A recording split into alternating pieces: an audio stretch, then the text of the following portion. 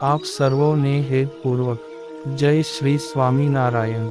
આજની સત્સંગ કથા વાર્તા નિજ મંદિર સાવરકુંડલા પવિત્ર ચાતુર્માસમાં આપને શ્રીમદ ભાગવતના દશમ સ્કંધની કથા સાંભળશું।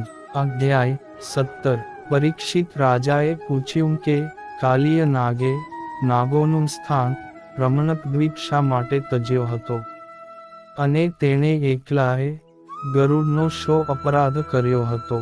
ત્યારે શ્રી શુકદેવજી બોલ્યા, હે મહાબાહુ રાજા, ગરુડના ભક્ષ્ય સર્પોએ પૂર્વે રમણક દ્વીપમાં એક વૃક્ષના મૂળ આગળ દરેક મહિને એક સર્પનું બલિદાન આપવાનું ગરુડ માટે જે ઠરાવ્યું હતું, તેમાં દરેક સર્પ પ્રત્યેક અમાસના દિવસે પોતાનું રક્ષણ કરનારા મહાત્મા ગરુડને પોતપોતાનો ભાગ આપ્યા કરતા હતા।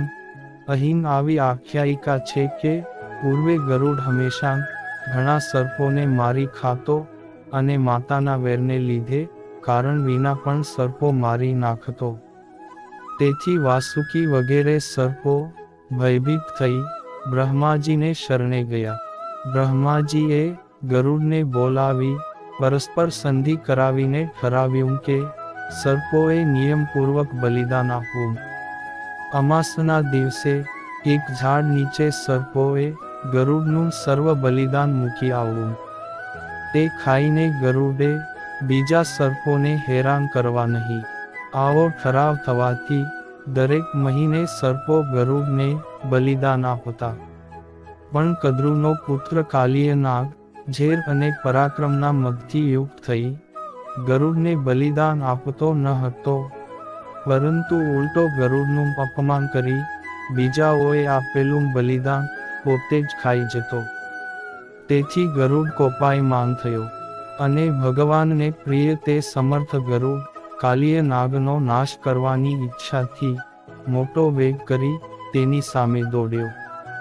એટલે અનેક ઊંચા મસ્તકવાળો, ઝેર અને દાંતરૂપી આયુધવાળો, ભયંકર જીભવાળો અને ફાડેલી ઉગ્ર આંખોવાળો તે કાલિય નાગ પણ વેગથી ધસી આવતા ગરુડ સામે ધસ્યો, ને દાંત મારી ગરુડને કરડ્યો।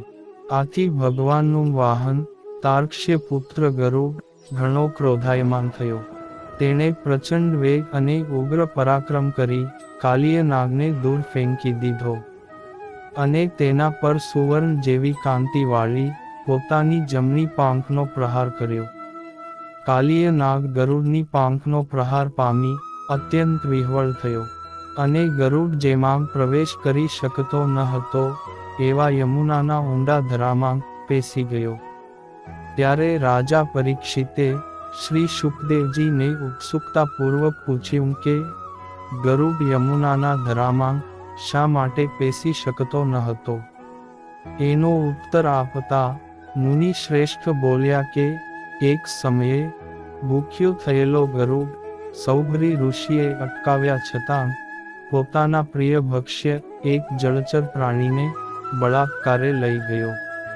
એ જળચર માછલાંનો રાજા હતો। તે એમ માર્યો ગયો ત્યારે માછલાને અત્યંત દુઃખી થયેલાં જોઈ સૌભરી ઋષિએ ત્યાંના પ્રાણીઓનું કલ્યાણ કરતાં આ પ્રમાણે શાપ વચન કહ્યું, જો ગરુડ અહીં પ્રવેશ કરી માછલાંઓને ખાશે તો તત્કાળ મરણ પામશે। આ હું સત્ય કહું છું।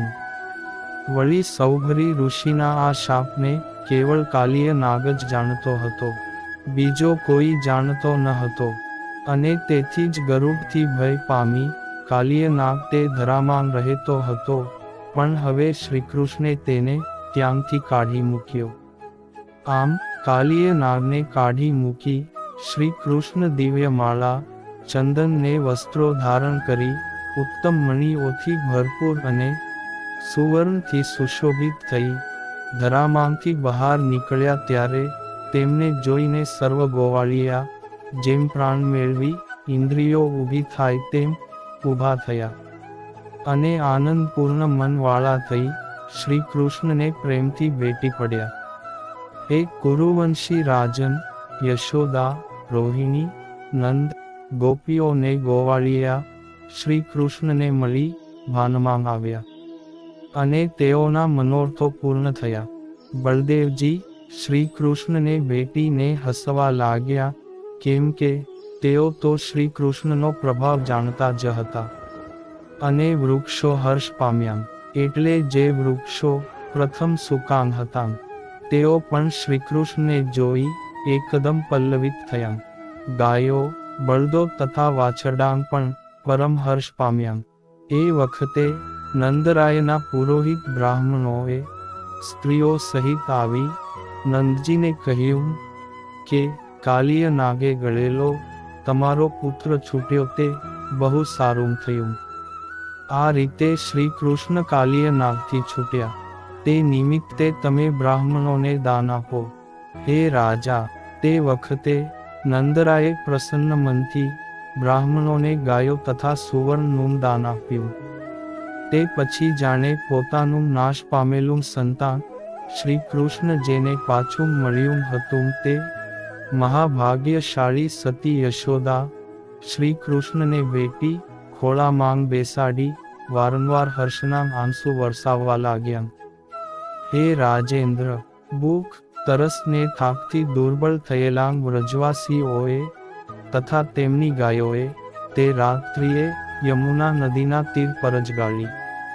તે વખતે ગ્રીષ્મ ઋતુનો સમય હતો, જેથી મધ્યરાત્રિના સમયે યમુનાના તીર ઉપરના વનમાં દાવાનળ સળગ્યો.